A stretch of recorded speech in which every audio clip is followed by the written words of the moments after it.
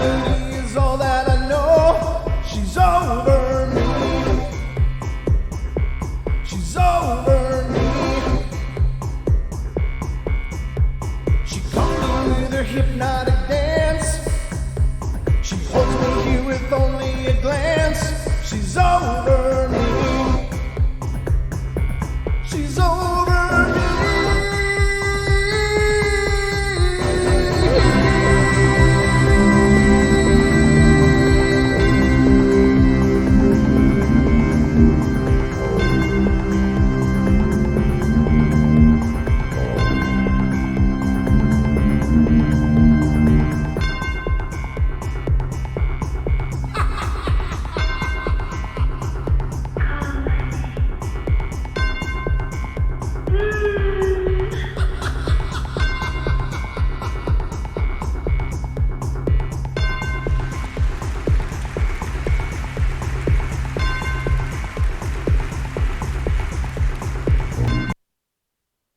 Everybody, welcome to the Paranormal Portal Bedtime Stories from Beyond. I'm your host, Brent Thomas. Thanks for being here. Thanks for joining me, and it is a fine, good evening.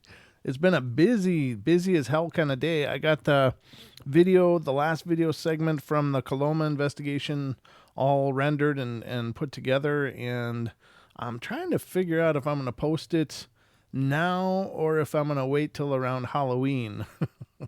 I don't know what I'm going to do. I'm not quite sure. You guys will have to let me know if you want to see it. And I guess I'll probably just release it now. We'll just have to come up with some new stuff for the Halloween season. That's just right around the corner after all. My God, I saw pumpkins in the grocery store already. It's like, if you buy your pumpkin now, you're going to end up with an orange puddle by the time Halloween rolls around. I don't understand what they're thinking, but it's that Halloween marketing, that fall marketing's already hitting the roll, and apparently they're trying to get their bucks as quickly as they can. So anyway, I don't know. By the way, make sure you guys, if you want a chance to win on the drawing on Saturday. Now, at last night's show, we did 3 drawings for 3 prizes. We're going to have an additional drawing on Saturday. And if you'd like to get a chance to win the prize on Saturday, hold on, then please make sure to email me at paranormalportalradio@gmail.com, and just make sure the subject line is just enter me. Probably should use if you have a different name on your email than your YouTube chat or your what we know you by, you can include that name as well, but just say enter me in the subject line, and we'll add you to the drawing. The drawing will take place in the second hour of Saturday's show, coming up on this Saturday, which will be the 21st. So this Saturday, the 21st, in the second hour of the show, we will do the drawing. So hopefully you can win. Sorry, I still got Coca-Cola coming back at me. I snuck a Coca-Cola today again. It just tasted so good. It's the nectar of the gods. What can I say? So anyway, guys, make sure to get your email in if you want to be entered into that opportunity to win a prize. Most probably it's a Paranormal Portal t-shirt. And we'll do the drawing again on Saturday. So make sure you get your entry in via email prior to the start of Saturday's show, which starts at 7 p.m. Pacific Standard Time. So whatever that means to where you are, basically this time of night, but on Saturday. So, anyway, guys, I hope you all are ready, because it's time for bed.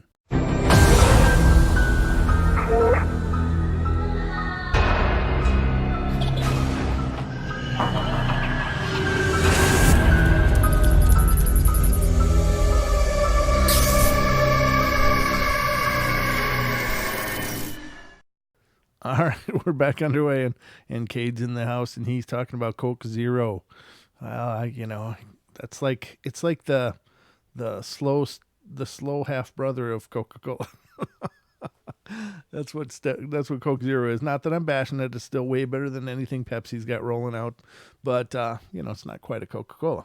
But just saying, I'm a little bit biased. What can I say? So, got a show lined up for you tonight. Hopefully it's a good show. Some stories I've got sitting here sauteing on the Paranormal Portal grill. I'm ready to serve them to you fresh. And I suppose we can get going, but before we go any further, please know that the phone lines are open. You can always call in and be a part of the show if you have something paranormal of your own that happened that you'd like to share. Just got a really cool video in from one of our listeners today. We're going to be showcasing that either Friday or Saturday on the show, along with some listener emails on Friday for sure. I guess we'll do both on Friday. But there's a video that's pretty wild. Some pretty cool footage came in, and I had a exchange with the person that sent it in. It's from a family member that showed her, and really wild stuff. But I'm not going to give anything away about it. But yeah.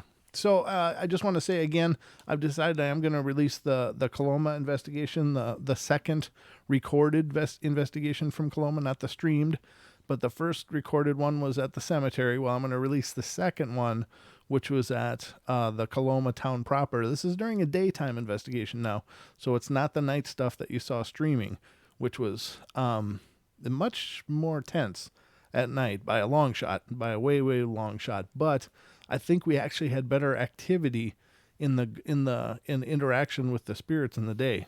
But you guys will have to be the judge of that. Again, as you're listening to those, we just ask that you wear headphones if you have them. Not only listen to what's going on with the equipment, but I swear to God, as I was reviewing the footage, I heard whispers, I heard mimic, I heard my a voice come through the equipment, and then it repeated as an EVP. And then I repeated it after that from the equipment, but I didn't hear the EVP part in between. It was really bizarre. So I heard that, and I've heard whispering in my earphones as I'm listening to this that wasn't present at the time.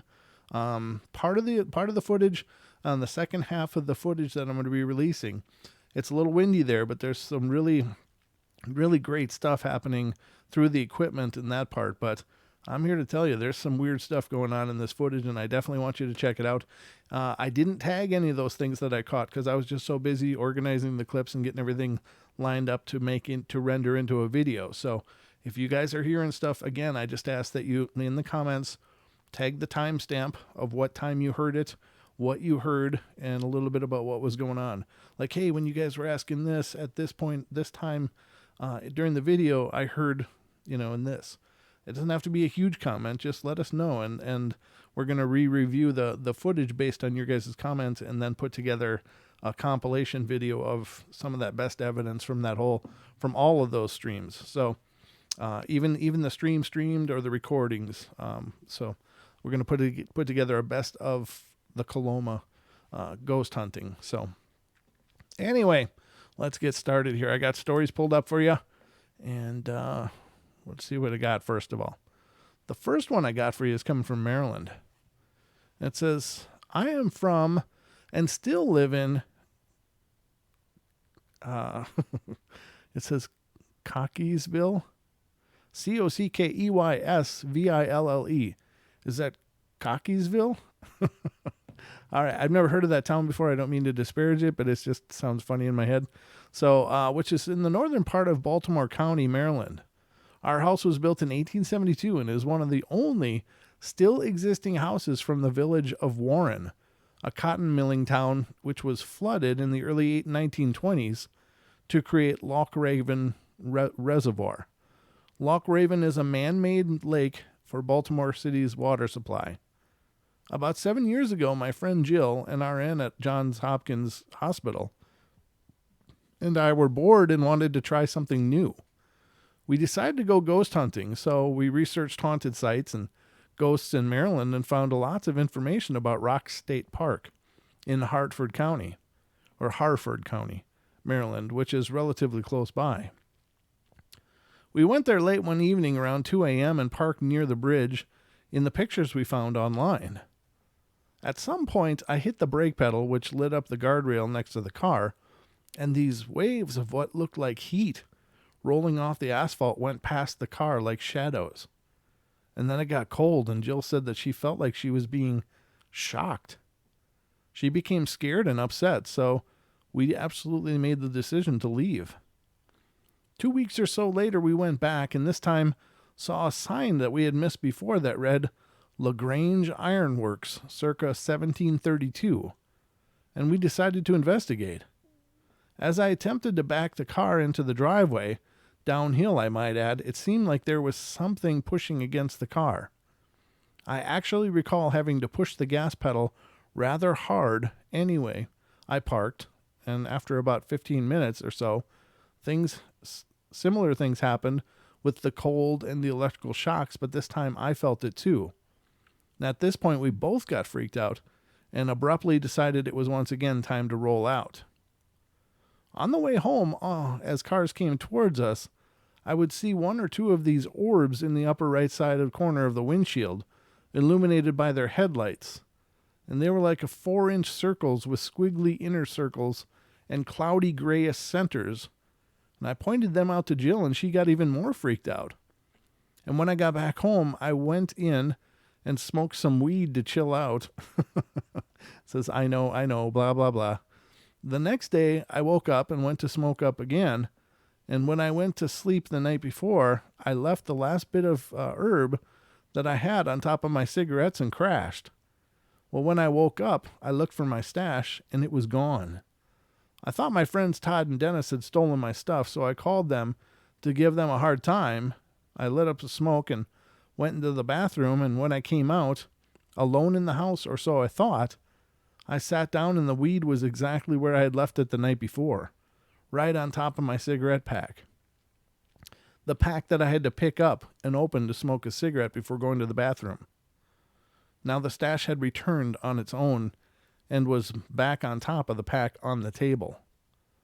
Around this time, we were doing some major renovations to the house, and I had a friend named Ronnie help me with some demolition work, and it was so hot, so he went to make a glass of instant iced tea, and he sat the tea mix can down, filled the glass with water, and he returned to put the can away, and like magic, it had moved itself to the other side of the kitchen. These were just the first 2 times I had noticed. Now, I figured this. LaGrange Ironworks was a foundry from 1732 until sometime in the 1900s when it burned down. Back when there was no child labor laws, and I'm sure that at some point children possibly died in accidents. Hopefully accidents. And while working at the ironworks. The picture was originally caught our attention, had several of these orbs on top of the steel bridge over the Gunpowder Falls. My guess is that we brought a couple of these little kid ghosts home with us and that they were pranksters. After a few weeks of these crazy things going on around my house, I announced to them that I was going back to Rock State Park, and if they wanted to go home, that they should get back in the car. My parents, my girlfriend, and I drove back to that place where it all started and opened the door to let them out. However, I don't think that they went home, but I do think that they bounced from my parents' house to my girlfriend's house via our car with us. I feel like this because stuff always happens at both houses at different times. If things are happening at my parents' house, they're not at our house, and vice versa. I'm sure this all sounds like a whole lot of craziness and is pretty far-fetched, but it is what is going on and has been now for years. It's still happening, although not as frequently, or maybe we're just used to it now. The ghosts or spirits or whatever you want to call them are not trying to hurt people and do not do scary things, and certainly seem to be enjoying themselves since they haven't decided to leave us. They just seem to be playing and loving life in our homes, and it's like they're pulling off simple practical jokes. The latest has been a series of audio, video, phone movings, and electrical issues. First, everyone loses their remotes and cordless phones, but our ghosts take the phones and put them back on the chargers or put the remotes on top of the components for which they work. And never keep the phone on its base or its remotes, or the remotes on the equipment which they operate. Second, there is this outlet in my parents' kitchen which is just messed up. If I don't have a blender or coffee pot or some other appliance plugged into it, then my microwave, which is on a completely different circuit breaker, won't work. Unplug the blender, microwave dies. Finally, we have a new puppy, a miniature Shih Tzu, which freaks out for no apparent reason, other than that she sees the things moving. She must, because when we find things out of place, it is in step with our puppy going nuts. It's like when Dolly, our puppy, goes off, something is changing in the room. This usually happens while we're sleeping or when she wakes up. I have really actually come to like our supernatural friends, and it took a little while to figure it out and additional time to get used to, but now they're kind of like family.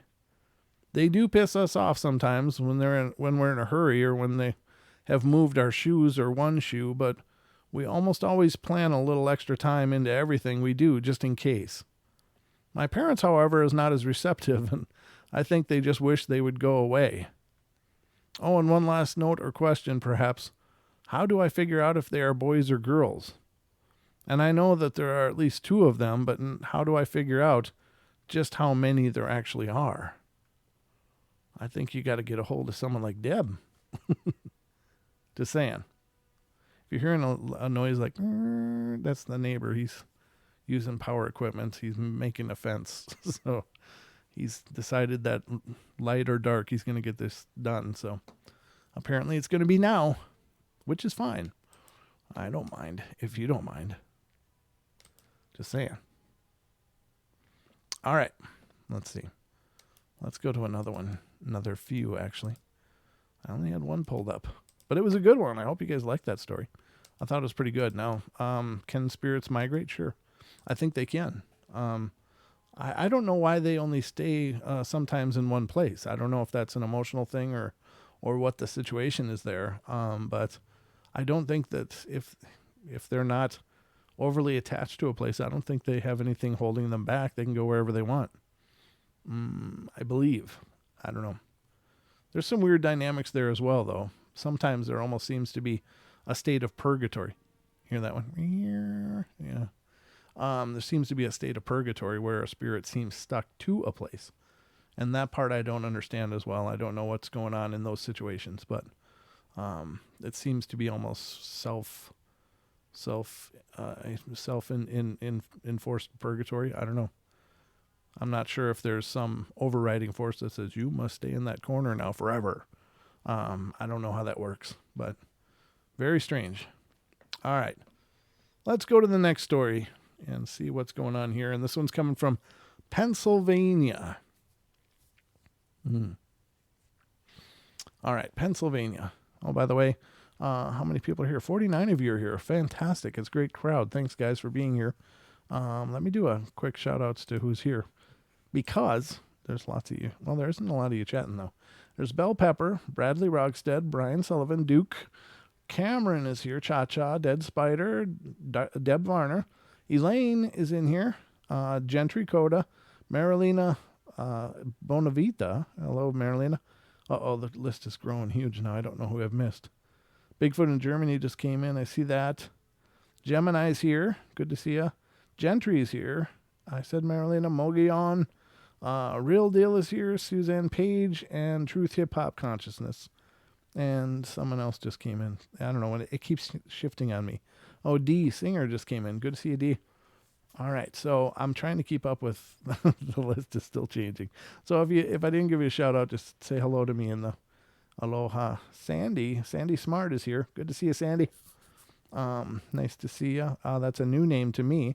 Hello, Suzanne. Good to see you guys. Thank you so much. Lucy Reed, how you doing? Welcome to the show.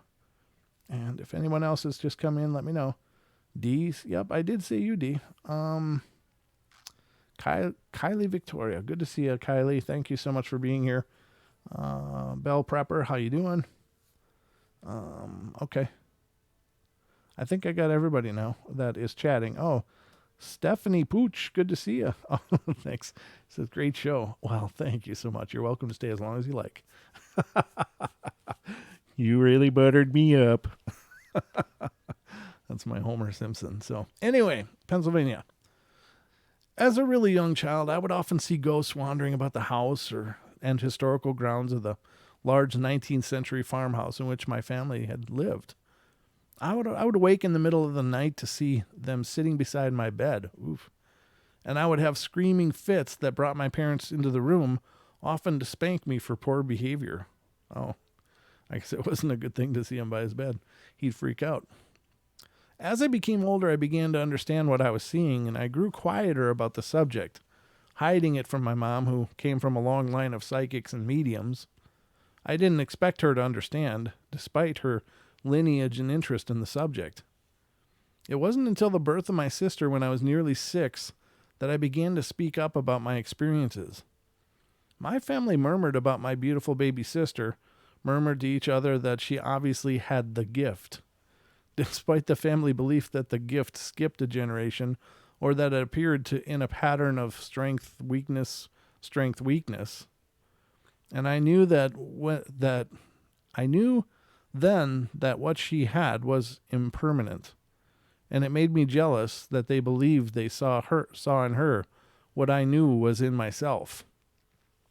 I remember one day in particular that my mother put my sister in her crib for a nap, and returned several minutes later to the sounds of the baby crying. When she and I came upon the nursery, we discovered that the firmly closed door was ajar, and that my sister was yet again snoring softly. And what my mother did not know about the experience was that I saw a middle-aged woman sitting in the chair next to the crib. When we moved into the house we had built further along the lane of the same property, it was apparent that the ghosts had a connection to the land, not just the previous house. I would see them more and more frequently, and I even began hearing them by the time I was 12. When I was 13, I entered a phase of fascination with the American Civil War. I had antiques of the period lying about my bedroom, and I believe my avid interest may also have stirred long-forgotten figures of the past.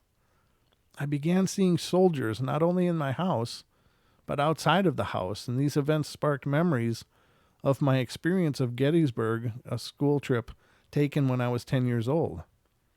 During that trip, we visited a battlefield, and the sounds of gunfire and yelling reverberated in my ears were too much for me to handle, and with hands over my ears, I begged my teacher to let me return to the bus. Of course, this is another story to be explained at another time. So when I began to see the apparitions around my own home, you can only imagine how frightening it was to me. One in particular appeared to me every night without fail at the end of the hallway outside of my bedroom. It was a northern soldier with a scraggly beard and hollowed but not missing eyes, and each night he advanced closer, frightening me to the point where I was afraid to leave my room night or day. It was in mid-afternoon one summer day that I opened the door, and there was the angry soldier staring directly at me from less than a foot away. I ran screaming onto the porch, where I fainted at my father's feet. It was then that my mother knew I indeed had the gift. Over the years in that house, members of my family and myself frequently saw a black cat darting up and down the stairs. A farm doctor we lovingly named Doc, who would turn the television off when he felt the program was inappropriate, his wife, who often comforted me during my times of distress, and many more, all stories for another day. We're now living in a different house full of paranormal activity that I'll write about in another submission. Wow, that's intense. Yeah, it's gotta suck to be seeing these things and then have everybody goes, oh, well, you don't really have the gift, but your little baby sister does. That's horrible. I don't know. Some people get into their own ego and they forget to just really look. That's terrible. All right, so the next one is coming from Illinois. And from Illinois, we know that the story is, I've always been skeptical, and I'm someone who believes that you believe what happened to you, but I need to experience things myself to truly be convinced. Sounds like Don. Growing up in an old farmhouse, it's one of the oldest in my town, there was always the usual creaking sounds in floors and stairs, doors closing on their own, lights flickering, and these were always dismissed as the house just settling. Now fast forward 10 years, I meet my now husband, and he shares with me all the strange ghostly experiences he has had throughout his life. I always believed him, but never fully without having my own experience. Sometimes this story seems so far-fetched that the only thing that made me believe was his belief. About 2 months later, after we were married, we were living with his parents, and I get a job working at an antique store in our town that is in a house that is at least 120 years old. It's a big, beautiful, grand house where I always imagined someone of importance or money lived. And it was a typical big house with a foyer, parlor, dining room, and kitchen downstairs, and 5 huge bedrooms, and 1 bathroom upstairs. And there was this grand staircase in the foyer directly across from the front door that had bells to notify of anyone entering or leaving the shop. Once upstairs, there was a small banister along the hallway which ran straight down the middle of the house, with the narrow back stairway leading down to the kitchen. The back door to this house was not used as a customer entrance, only by me when coming and leaving work, and therefore the door was always deadbolted, and I worked by myself all day long, never seeing the owner, as she had another small shop across town. The days were always long, and I caught up on a lot of reading and quite a few naps to be awakened by the bells when a customer came in. And on this particular day, it was around 2 or 3, and only a few people had come in, and at one point, there were about 4 people in all at once, a rush, so to speak, and I helped them find their purchases and such, and then they left. So, knowing that my chances of anyone else to talk to was slim to none, I called my husband at home since he didn't work that day. Just as we started to talk, I heard the hall floor upstairs creaking. Then I heard very clearly 2 women talking about the Victrola that was along the small banister at the top of the stairs. I told my husband I'd have to call him back as I somehow missed some customers. I always like to be in the eyeshot of people, as many like to pock small items. I guess pock means steal. And I went up to the front staircase to find nobody there. I looked in the 2 front bedrooms at the front of the house, and they were empty. And I continued down the hallway to the back of the house, looking in every room and each closet, calling out, "Hello?" Okay, they must be downstairs already, via the back stairwell. So I start down it to the kitchen, and about 3 stairs down, I feel a cool breeze. It was gentle, but enough to give me goosebumps on my arm. I dismiss it as a draft, even though where the air conditioners were positioned upstairs, it couldn't have been from them. I make the circle back to the parlor room, off the side of the foyer where my desk was, checking along the way, and there was nobody in the house. They couldn't have gone out the front door. As I mentioned before, the bells would ring. I'm scared out of my mind now, and the hair on the back of my neck is standing up. I don't know if it's from fear or from something paranormal, but I ran to the telephone to call my husband. I quickly told him my experience and told him to get up there and sit with me for the rest of the day. Right now. Luckily, he was only 6 blocks away and was there in no time. He snickered at me and told me, "I told you that spirits and ghosts are real." Well, I've been a believer ever since. When I retold my story to my boss, the owner, she said that little things like that were always happening. She'd hear voices and have things moved. One time she said that an old-fashioned cash register dinged open by itself after the antique shop was closed. The house became a lawyer's office, and it's now a residential home. And I haven't spoken with anyone who has been in the house since, but I often wonder if others have heard or experienced anything. Since this experience, I've had a few more, which I will share another time, but I know this isn't probably a very exciting story, but I feel it's my first true paranormal experience and really just wanted to share it. That's really cool. I'm glad you did. I mean, a lot of people have the idea that a paranormal story has to be this wild and adventurous experience, but I mean, if you see a cereal bowl move, that's an incredible thing, I mean, that's huge. That's something moving without anybody touching it. Is it going to change the world? No, but it's huge.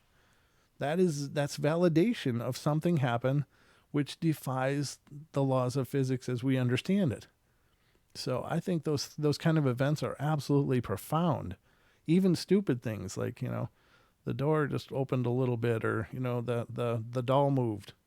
It's like, that's huge. That's amazing. So I don't know. It doesn't have to be this grand production of, Poltergeist or something. It's just, if something happens that defies explanation, that's amazing. So just my opinion, but it doesn't have to be a Hollywood event to be notable. All right, let's go to another one, and this is Florida. 58 of you here. Wow, there's a full house. Welcome, everybody. I'm glad you guys are here. Thank you so much for joining us. All right, so Florida. I recently was employed by a local theater, the Players. I was the costume manager and worked there for 3 years. The theater is said to be haunted by the ghost of a forlorn actress who lost her life on the way to her show. There's also said to be a ghost of a man who depressed, took his life by hanging himself in the tree just outside of the backstage entrance. That's not good. I worked all hours of the night, many times finding myself alone in the darkened theater. The costume loft was on the second floor, accessed by a staircase. I'd often hear the sound of footfalls as I sat at my sewing machine, and I would get up to make certain that no one had entered, and I would always find not a living soul, and came to the understanding that there was something more of the supernatural going on. It didn't seem as if they meant any harm, and I kind of liked the feeling of someone looking over me as I worked. Most of the stitchers refused to work at night, as they said the place just gave them the creeps. It was not until the third year that I would meet our ghost. I had a new stitcher in the shop, and it was near Halloween, and the other girls were giving her a bit of a scare, telling her of the haunted theater. That's kind of mean. The lady asked me if I had told her that I'd been there for 3 years and never had the pleasure of the ghost's acquaintance, but we all had a laugh and resumed our work. But my office was situated directly across from the costume shop, so we would keep an eye on to everyone that might need us. Sorry, that was just came at me sideways, I guess. I told the girls that I was going outside to the backstage entrance to have a smoke if they needed me. Well, as I left, I turned right out of the shop, and out of the corner of my eye, I noticed that a man was standing in my office. I'd taken about 3 steps and then turned to go back to the office, and then no one was there. I had seen him clearly. He was looking out my window, and he was wearing a colored shirt and a cap.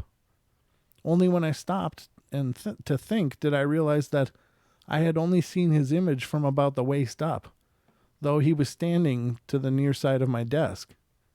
I went back into my shop and told the girls what had happened. Regrettably, I lost a stitcher that day.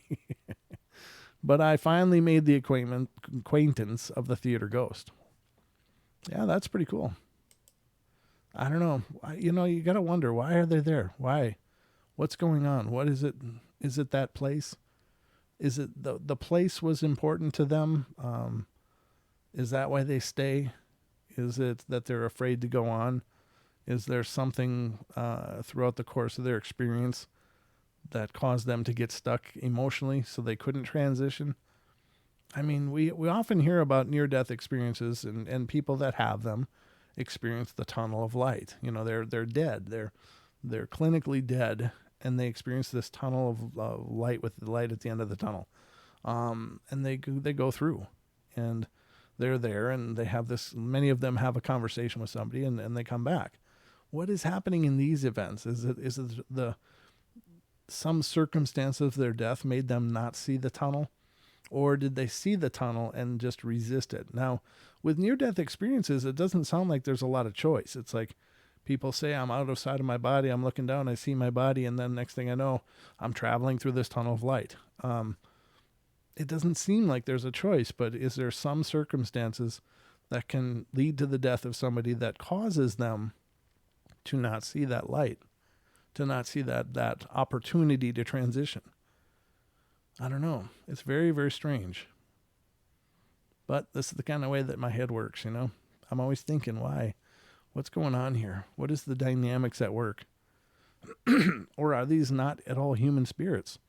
Are they just spiritual entities, and they sometimes manifest themselves as people, so maybe not as disturb us. There are those people that say that there are no human ghosts. There are spiritual beings, but human spirits go on. So is there another kind of being that exists to us in a spiritual state but mimics us? And I don't know. I really don't know. I don't know what to think about all those kind of questions. But there's a lot of people thinking a lot about this stuff, and nobody seems to have any answers. But I don't know. It's very strange. But you got to love the paranormal. All right, let's go to Texas next. This one's kind of a long one. This one's a lot of a long one. How much time do we got left? Since these shows are generally about an hour. Yeah, I guess I can read this one. This might be the last story for the night, though. Before I read this, though, please make sure, if you want to be included in the drawing on Saturday for a Paranormal Portal t-shirt, to email paranormalportalradio@gmail.com and use the subject line, Enter Me. And then show up on Saturday night during the second hour of our show. We will announce the winner. We'll do the drawing and announce who the winner is. So we did 3 giveaways last night, and so one more this Saturday. So if you want to be included, again, write an email with the subject line, Enter Me, to paranormalportalradio@gmail.com. All right, so let's go to Texas. When I lived with my brother in a small town called Lighton Springs, we were real big into the four-wheelers, and I had a Yamaha Blaster, and Greg, my sister-in-law's brother, had one of those Honda four-wheel drive utility quads, and it was really nice. And anyway, we would go out every night after school and go riding down all the long, empty roads that seemed to just go nowhere. There wasn't much out there but land used for cattle and whatnot. Lighton Springs was a small community of houses, a church with a large graveyard adjacent to it, and a small locally owned old country store. The place is called Les Spaulding's General Store, and it was built entirely out of wood and had an old cast iron oven that they used to heat the place. A few years prior, the founder and owner was shot dead behind the counter. Being that it was a small town where everyone knew each other, this was a really big deal. Les was a great guy, and he used to give us free sodas for coming by to talk to him and helping him out around the store. Les had built the store himself from the ground up and was a great friend to the majority of the people in the area. The night he was murdered, a drunk had stumbled into the store, and as he went to pay for his alcohol, he pulled out a gun and ordered Les to empty the register. Well, Les gave him the money, and being a generous and friendly man, had told him he can always come to him if he needed someone to lend him some money for whatever reason. The man pulled out a gun upon receiving the cash and shot Les in the chest and left him to bleed to death all alone in the store he had built to support his family. Oh, that's horrible. Since Les died, everyone assumed that the store would be closed down, which meant all the ranchers and the people in the area would have to make the long drive to the next town to get the things they needed. This town pretty much depended on the store for gas, feed, food, etc., and things just weren't the same after he'd been killed, and some strange things started happening in the area. Greg and I would still ride our quads all over at night, riding with our lights off with nothing but the moon to light the lonely dark roads. And we came across a lot of strange things, some which are hard to explain. Near our place, we found 2 abandoned graveyards. One was a Mexican graveyard and had a small faded statues of the Virgin Mary and crumbling graves with strange engravings on them. They didn't seem to be in Spanish like one would assume. And when we discovered the place, we were excited. I mean, it's not every day you just discover something like this, especially when you know the area really well. It was tucked away on a small dirt path that led through some brush on the side of the road quite a ways from down. And there was an old rickety fence made out of the mesquite and barbed wire. It had a strange smell to it, and I can't really describe. The air felt musty and cold. Usually when it's cold, the air is crisp. We were walking through the graveyard looking around, trying to read the tombstones, And looking at the dates, all of which were dated from the late 1700s to the mid 1800s, there was a total of about 20 tombstones, one of which was separated from the rest with a 3-foot high stone barrier surrounding it. All the rocks had been stacked around it, and there was a faded hue of black paint on the top section of the rocks. Then they appeared to be limestone chunks, probably gathered from the local area back then, completely natural. In no way were they cut or shaped. The tombstone inside this barrier was an old Spanish cross. The startling part of all this was a snake twisting in and out of the gaps in the tombstone. I don't know what kind of snake it was. It didn't look indigenous to the area. We mostly have rattlesnakes, copperheads, water moccasins, and garter snakes, and this one, however, didn't look like any of those. It appeared to be a 4 or 5 foot long, about 5 inches in diameter, but it was hard to tell with it twisting around the way it was. I've never seen a snake do anything like this before. It was like it was defending the tombstone and was completely oblivious to our presence there. The only thing I can think it might have been doing was trying to shed, but its scales weren't flaky and showed no signs of molting. It was as glossy, pitch black, and had a viper's head with a big puffy cheeks, probably heat pits, and its belly was also the same glossy black as its scales. After watching it swirl around this tombstone for a few minutes, we decided to see if we could scare it off, and we grabbed a fallen branch and reached out to poke at it, but it was completely unresponsive. No signs of aggression or even trying to avoid the branch. It just kept swirling around the tombstone like that was its sole purpose in life.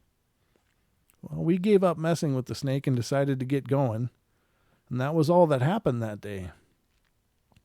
On another night when the moon wasn't out and it was almost pitch black outside, we were out having fun, following cars with our lights off, and then getting up real close and then turning them on suddenly to mess with people.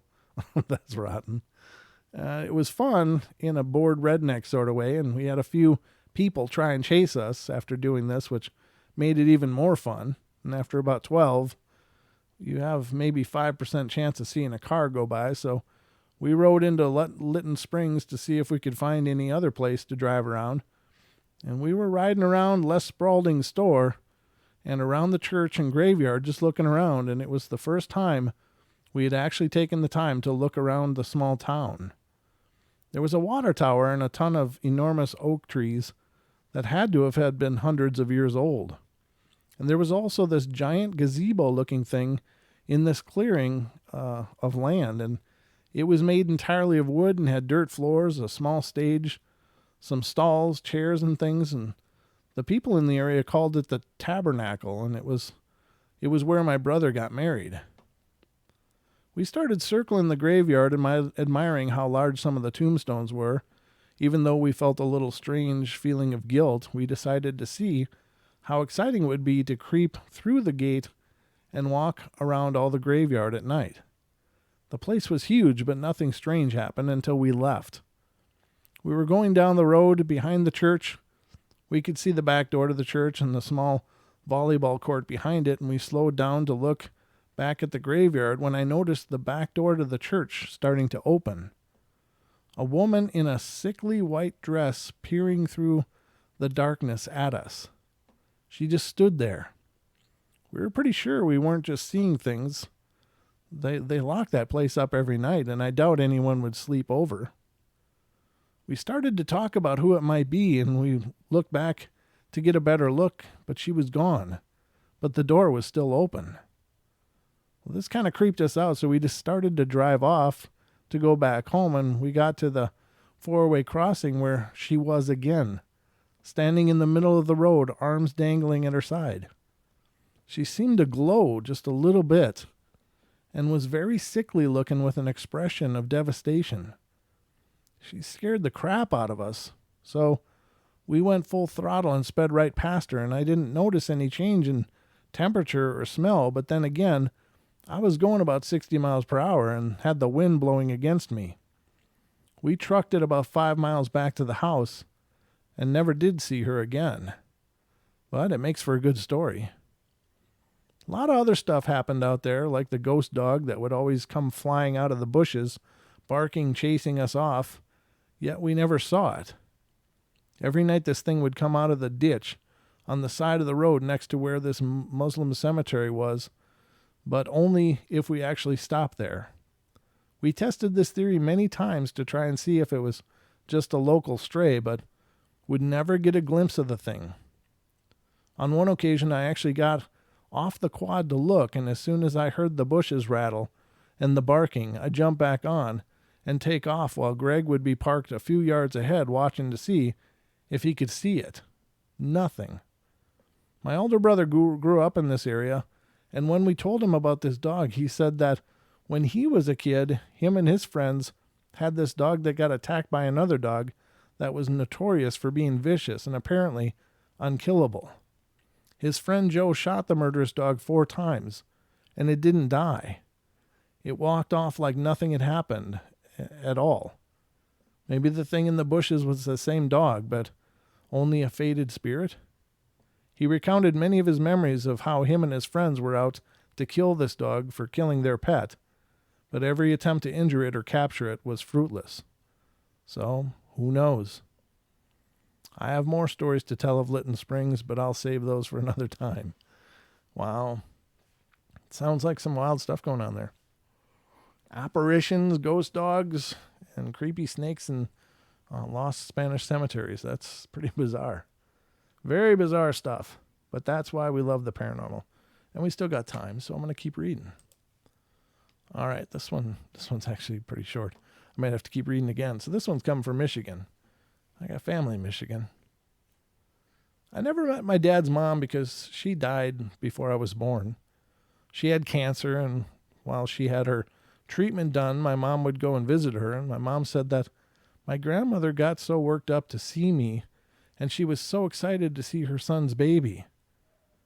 But one fateful night, she died. She may never have seen me during life, but she did promise herself that she would see me. When my parents were together about 13 years ago, they wanted to buy a house. Being new parents themselves, they wanted a cheap but decent house. They didn't know they would be getting a haunted house. Every person who lived there saw dead relatives and friends. Well, one evening my dad thought it was hot, so he went into the closet and tried to open the window, but it didn't budge. He gave up. So during the night my mom was sleeping and woke to her name being called. Sure enough, it was my grandma. But she spoke fast, but spoke with wisdom. Hannah's foot is caught in the crib. When my mom went into the bedroom, my foot was caught. The next week she made another appearance. This time she said, "Hurry, your curling iron is on." My mom hurried into the bathroom, but the electronic device was slipping almost into the toilet, but my mom grabbed it just in time. My mom was scared of the house, so they moved out, and right when my mom left the closet, she heard a creaky noise. Right when my mom left the closet, she heard a creaky noise. She turned around, and the window that could never be opened. My mom flew out of that house and is still scared of it until this very day. Thanks to my grandma, I wouldn't be her. I don't know what that means. I wouldn't be here. I think they forgot an E. All right. That's sweet. A lovely story, to be sure. It's always nice when these loved ones that have departed keep a vigil over us and keep an eye on us. That's a beautiful thought. God knows I need as many eyes on me as I can get. So hopefully I got some watching over me too. All right, this will be probably the last story of the night, but this one's coming from Colorado. Hi, my name's Al. This is my story, and I'm sticking to it. No one I tell believes me, so let me share. About 3 months ago, I moved into a new house. It was built in 1979, so it's not actually that old. Since I've been in this new house, I hear noises of all kinds throughout the night. I try to put an object to the sound, oh, that's the boiler, or oh, that's the house settling, or oh, the coffee pot, or the stove, or the dishwasher. I'm still quite unsure of the sounds, but it helps me to sleep better, kind of. Well, like I said, I've been here for only 3 months, and in this time I've woken up at night to about 3 instances that I can remember. I'm absolutely terrified. I can't move. I can't open my eyes. I can't do anything. I know I'm awake because I'm thinking to myself, while this has happened to me, oh God, here we go. Open your eyes, sit up in bed. But I feel as if someone was almost like hovering over me. I mean, I can sense something. I'm not sure what it is. My body shakes uncontrollably during this process. Well, let me rephrase. It's more like a feeling of shivering in the bitter cold. But I'm not cold. It's a massive shivering, not just a chill. I don't feel anything heavy on my chest like other stories. I don't hear any breathing. I don't see or hear anything. I just sense something over me, like this entity or whatever it is instilling this fear into me. Like I said, I can absolutely do nothing when this happens. I'm at a total loss for what I can do. I'm not very superstitious, so I'm not wary of water under the bed. I don't understand that.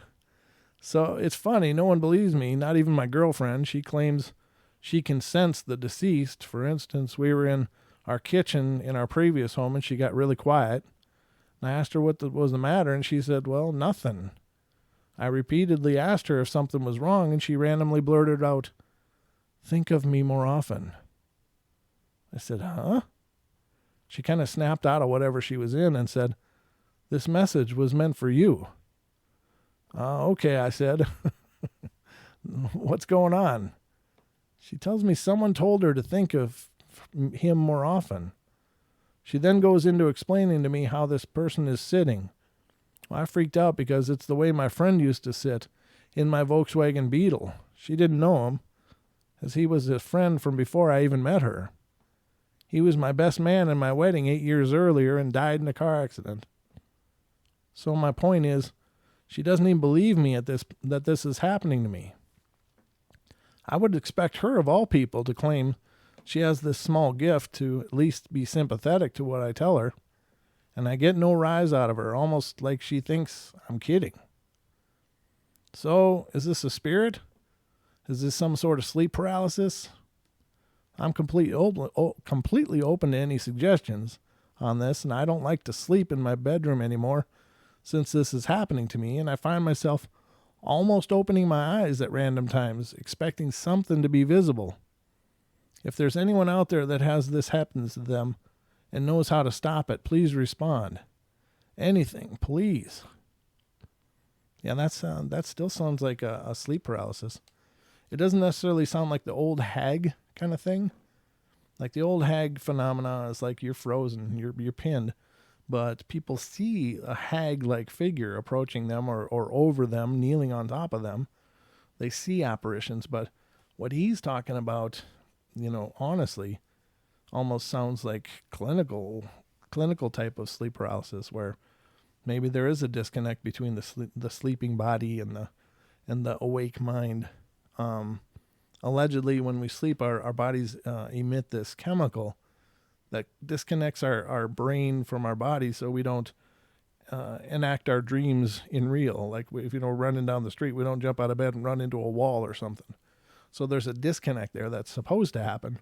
And essentially, as we wake up, that chemical is dissipated and we return to normal. Now, for some people, when they're waking up, there's like an abundance of that chemical, and so they get stuck. And they have to wait a few minutes until that actually fades away. Excuse me. So I don't know. That's a strange one. But it could very well be energy or spiritually related. I just don't know. He says he's not seeing or hearing or sensing. Well, he might be sensing a presence, but he's not seeing a presence. And so I don't know. That's very strange. I mean, granted, that's probably better because I can't think of it much more terrifying than to be frozen in your bed, unable to move, unable to talk, unable to do anything except watch as something approaches you. I mean, that's just horrible. That's like the spider in the web, And what a terrible fate, to watch your doom coming closer. Now, these are not doom kind of situations, but it does appear that these entities feed off of people, that they draw some kind of sustenance from the living. And what that is, I don't know. If it's life force, is it just abundant energy? Is it something else? I don't know. But it's absolutely terrifying kind of stuff for sure. However, ladies and gentlemen, that is going to wrap up our show for tonight. Again, please subscribe. Well, please click subscribe if you haven't already, of course. I'd love to have you follow more of our shows and follow more of what we're doing. Tonight, coming up, I'll be releasing the second part of the recorded parts of the Coloma ghost town investigation from Coloma, Montana. So that second video will be released as soon as I'm done with this show. I'll start uploading it and getting it set to be released. It was a really good experience. Again, watch it with your headphones on. I'm pretty positive I heard a few EVPs, which are now, we're using a clone of the Steve Huff portal. It's a build based on the portal design. And that gave us a lot of really cool stuff. I know that's controversial kind of technique, but we got some really cool things happening. And I guess I'm a believer in it, but I know a lot of people aren't, and that's fine. However, I'm definitely convinced there was a few EVPs, which are, voices coming through the microphones of the equipment that weren't there at the time. So I'd appreciate your help if you would listen to it, make notes, mark down timestamps and tell me what you're hearing so I can review it later. It's over an hour. It's like an hour, 40 minutes of actual footage of when we were in Coloma, Dan and I. And as I said, the nighttime investigation was way creepier, but I think we actually had more significant stuff happening spiritually in the daytime stuff that you're about to watch. So definitely check it out. It'll be coming up tonight as soon as I can get it uploaded and released. So watch for that. Again, if you want to be a part of the drawing on Saturday, email paranormalportalradio@gmail.com with the subject line, enter me. And then watch Saturday's show. On Saturday night, we'll be giving away, we'll be doing a drawing. And maybe 2 drawings. I don't know. We'll see. It all costs money, but we're trying to give back to you guys who have given so much to us by supporting the show and promoting it and telling people about it. And we want to spread the love. And so we're giving back. And it's also a celebration for hitting over 1,000 likes on our YouTube or Facebook page. So that was kind of a good milestone. So, all right, guys, I love you all. Be good, be kind, be nice. Take care of each other. Help each other out. Find the magic in every day. And remember to laugh as much as you can. All right, I love you guys. And I'll be back tomorrow night, Friday night. So I hope you'll be with me. All right, you guys have a great night. Sweet dreams.